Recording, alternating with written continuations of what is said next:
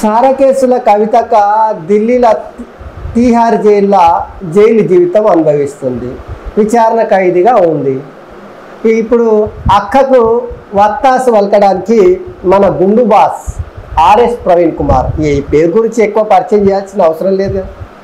స్వేరోస్ను స్థాపించి గురుకులాల విద్యా సంస్థలను అద్భుత రీతిలో అభివృద్ధి చేసిన అని చెప్పేసి ఇక తెలంగాణలో బహుజన రాజ్యాన్ని స్థాపించడమే లక్ష్యంగా బీఎస్పీ పార్టీ అందులో చేరి ఆ బీఎస్పీ పార్టీ నుంచి ఎమ్మెల్యేగా పోటీ చేసినటువంటి వ్యక్తి ఇప్పుడు పతిత్తు మాటలు మాట్లాడుతున్నాడు. ఒకప్పుడు కేసీఆర్ మీద ఒంటికాల మీద పరిగెత్తిండు, ఉరుకులాడిండు. కేసీఆర్ అవినీతి మీద, కేసీఆర్ బిడ్డ శారదండ మీద, టీఎస్పీఎస్సి నిరుద్యోగులకు కొట్టినటువంటి ఏదైతే అక్రమాల అవినీతి ఉన్నాయో దాని మీద, దొరల పాలన మీద ఇక ఒకటా రెండా మూడా చూడదు, నేను ఎస్సీ ఎస్టీ బీసీలకు ఖచ్చితంగా రాజ్యాధికారం సాధిస్తా, అంబేద్కర్ బాటలో నడుస్తా, కాన్సీరామ్ సిద్ధాంతాన్ని నమ్ముతా, గిన్ని పతిత్తు మాట్లాడినటువంటి ఆర్ఎస్ ప్రవీణ్ కుమార్ గుండు బాస్ వెళ్ళిపోద్దు కవితక్కని కలిసి శుద్ధులు చెప్పిండు. ఆయన మాటల్లోనే మనం చూద్దాం ఏం మాట్లాడిండు, ఏం చేసిండు అనేది. సో ఒక్కసారి సారా కేసు అంతా ఉట్టిదే అని చెప్పిండు, ఇక ప్లేట్ పిరాయించిండు, బీజేపీ మోడీ పైన విసురుతున్నాడు. ఇప్పుడు సిగ్గుపోతారా నాయన. ఒకసారి ఆర్ఎస్ ప్రవీణ్ కుమార్ ఏం మాట్లాడిండో చూసే ప్రయత్నం చేద్దాం. 100 కోట్ల రూపాయల ఢిల్లీలో దాచిపెట్టి మన దగ్గర నుంచి దోచుకున్న సొమ్మును ఢిల్లీలో పెట్టుబడి పెట్టడానికి పోయినరు అని చెప్పి, ఎందుకు పెట్టుబడి పెట్టడానికి పోయింది? సారాయి వ్యాపారంలో, సారాయి బిజినెస్ చేసి మన ఊరి పక్కన ఉంటాయి కదా కేసీఆర్ మందు షాపులు, ఆ సారాయి వ్యాపారం చాలా బాగున్నది.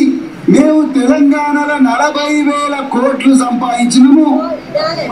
40,000 కోట్లు సంపాదించినప్పుడు ఢిల్లీలో కూడా అవే 40,000 కోట్లు సంపాదించాలని ఇగో ఇది ఈయన చెప్పిన ముచ్చట్లు. నేను కాదు ఈ ముచ్చట్లు చెప్పింది, లేదంటే ఫ్యాబ్రికేషను కథలు అల్లడము కాదు.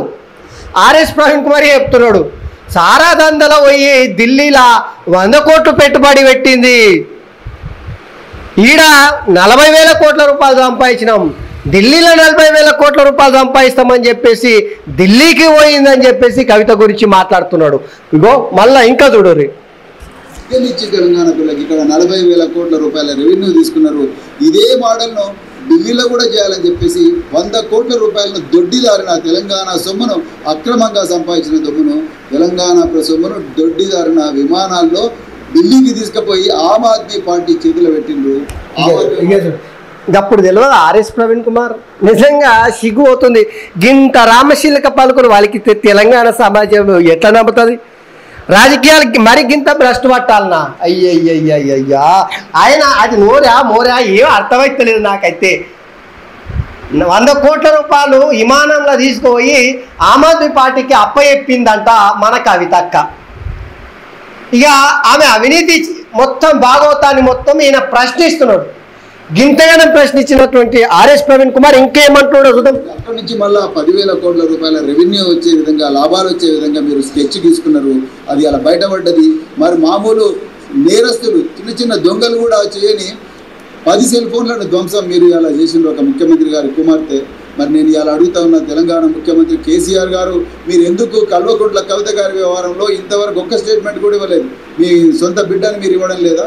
మరి ఇలా తెలంగాణలో ఇంత ఘోరం జరుగుతూ ఉన్న, తెలంగాణ డబ్బులు వేరే రాష్ట్రాలకు పోతా ఉన్నాయి, తెలంగాణ ఇజ్జత్ పోయింది. మీరు ఎందుకు ముఖ్యమంత్రిగా మీరు ఎందుకు స్టేట్మెంట్ ఇవ్వడం లేదు? ఈ స్కామ్ గురించి మీరు ఎందుకు మాట్లాడడం లేదు? కేసీఆర్ నువ్వు ఎందుకు మాట్లాడతలేవు? తెలంగాణ డబ్బులు మొత్తము అవినీతి చేసి, అక్రమాలు చేసి ఢిల్లీకి తరలించుకోపోయింది నీ బిడ్డ. సారదందల వ్యాపారం పెట్టి 10,000 కోట్లు దుబ్బేయడానికే ప్రయత్నం చేస్తే ఓ ముఖ్యమంత్రిగా నీ బిడ్డకి ఇట్లా దంద చేస్తుంటేనంటే నువ్వు మాట్లాడావా కేసీఆర్? ఈ స్కామ్ గురించి నోరెళ్ళబెట్టవా అని అంటున్నాడు.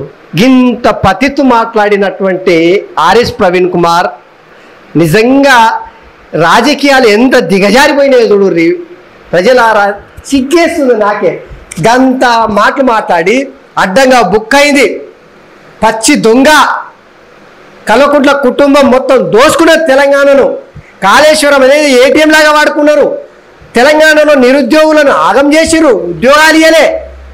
టీఎస్పీఎస్సీ ద్వారా రిక్రూట్మెంట్ చేసి కవిత ద్వారా మొత్తం కూడా ఆ ఉద్యోగాలు వాళ్ళ కుటుంబీకులకు, వాళ్ళ కులపోళ్లకు, వాళ్ళ దోస్తానికి, బంధుగణానికి, వాళ్ళ బలగంకి మొత్తం పంచిపెట్టిరు పుట్నాళ్ళకు అని చెప్పిన ఆర్ఎస్ ప్రవీణ్ కుమార్ ఇంత మాట్లాడినావు కదా. నువ్వు చేసిన పనికి నిజంగా తెలంగాణ ప్రజలు తలదించుకోవాలా, నువ్వు తలదించుకోవాలా? ఇదే ఈరోజు నువ్వు చూడాల్సిందే అది ఎట్టి పరిస్థితుల్లో. ఇక చూడుర్రి ఢిల్లీలో తిహార్ జైలు దగ్గర ఇగో బల్కా సుమన్తో కలిసి మన గుండు బాస్ ఇక చూడరు దిగిరు. ఇక జైలు పక్కల దిగిరు. ఇక దిగి మెల్లగా పోతున్నారు. ఆడిపోతున్నారు అనుకున్నారు. ఇగో 100 కోట్లు దోపిడీ చేసిన ఎవరు? శారదంద చేసిన. ఏ మహిళ అయితే తెలంగాణలో శారదంద ఏదో శారదంద చేసినటువంటి కవితక్కని కలవడానికి చూడు జైలు లోపలికి పోయిరు కదా. పోయి అసలు వచ్చిన తర్వాత ఎదురు ఫోటోలో పోజులు ఇస్తున్నారు. అసలు సిగ్గు అవుతుంది. కవితతో కలిసి వచ్చిన తర్వాత ఇక గుండు బాస్ ఏం మాట్లాడుతున్నారు వినాలి. మరి రోజ్ అవెన్యూ కోర్టులో వారి కేసు విచారణ జరుగుతుండగానే బెయిల్ మీద మరి వాదోపవాదాలు జరుగుతున్నానే రాత్రికి రాత్రి మరి ఆ జడ్జిని మార్చడం జరిగిందంటే ఇక చూడండి వాదోపవాదనలు జరుగుతూ ఉంటే కవిత విషయంలో కోర్టులో వాదనలు జరుగుతుంటే రాత్రికి రాత్రి జడ్జి మార్చిరంట. ఏం నొప్పైంది జడ్జికి మారిస్తే? ఇది చూడు ఏం మాట్లాడుతున్నారండి. ఏ విధంగా వారిని వేధించాలని చూస్తున్నారు. పూర్తిగా రాజకీయ కక్ష. దొరికిండు రాజకీయ కక్ష అంట చూడు. పూర్తిగా రాజకీయ కక్ష. మరి కక్ష కట్టింది ఎవరు? చూడురి ఆయన మాటల్లోనే. నిజానికి ఢిల్లీ లిక్కర్ పాలసీ, ఢిల్లీ గవర్నమెంట్లో వాళ్లకు ఎక్కువ ఆదాయం రావడం కోసం మరి ఢిల్లీ గవర్నమెంట్ ఒక పాలసీ తీసుకున్నది. అమ్మా ఎంత పతిత్తు మాటలు, గింత దిగజాడు రాజకీయాలా? ఈయన నోటితోనే కదా మనం విన్నాము. శారదాంద వేసింది 100 కోట్లు, 40,000 కోట్లు, 10,000 కోట్లు అన్నాడు కదా. ఇప్పుడు ఏమంటున్నాడు? అదొక పాలసీ, ఢిల్లీకి సర్కారు చేసినటువంటి పాలసీ.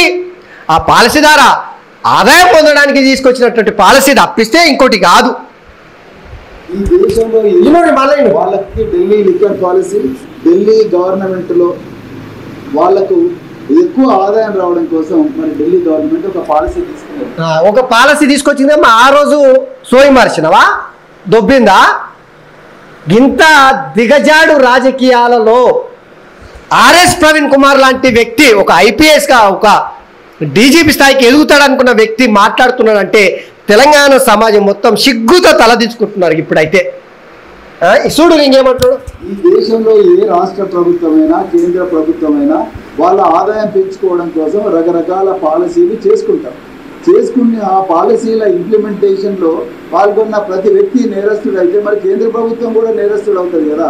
కేంద్ర ప్రభుత్వం మొన్ననే రైతుల నల్ల చట్టాలు తీసుకొచ్చింది. సాక్షాత్తు దేశ ప్రధానమంత్రి నరేంద్ర మోడీ గారే ఈ నల్ల చట్టాలు తీసుకొచ్చింది. మరి తీసుకొచ్చి మళ్ళీ ఒక 6 నెలల తర్వాత మళ్ళీ వాటిని విత్డ్రా చేసింది. మరి ఇప్పుడు నరేంద్ర మోడీ గారు ఎవరి ప్రయోజనాల కోసం ఆ కేసు తీసుకొచ్చింది? మరి నరేంద్ర మోడీ గారిని కూడా అరెస్ట్ చేయాలి కదా. ఇప్పుడు అర్థమైంది కదా మీకు అసలు సిసలైనటువంటి విషయం. నల్ల చట్టాలను తీసుకొచ్చిండు మోదీ. 6 నెలల్లో ఆపాస్ తీసుకున్నాడు. ఇప్పుడు నరేంద్ర మోడీ కూడా ఇప్పుడు నేరస్తుడే కదా, అరెస్ట్ చేయాలి కదా అంటున్నాడు. ఓరి అమ్మ, నాకు తెలిసి కేసీఆర్ దొడ్ల నుంచి వచ్చిన కేసీఆర్ దొడ్లకు పోయిన ఏ రాజకీయ నాయకుడైనా కేసీఆర్ ఉచ్చదొక్కిరంటే కథం సేమ్ అదే మలినం. ఇంత దిగజాడు రాజకీయాల ఆర్ఎస్ ప్రవీణ్ కుమార్ నిజంగా మీరంటే గౌరవం.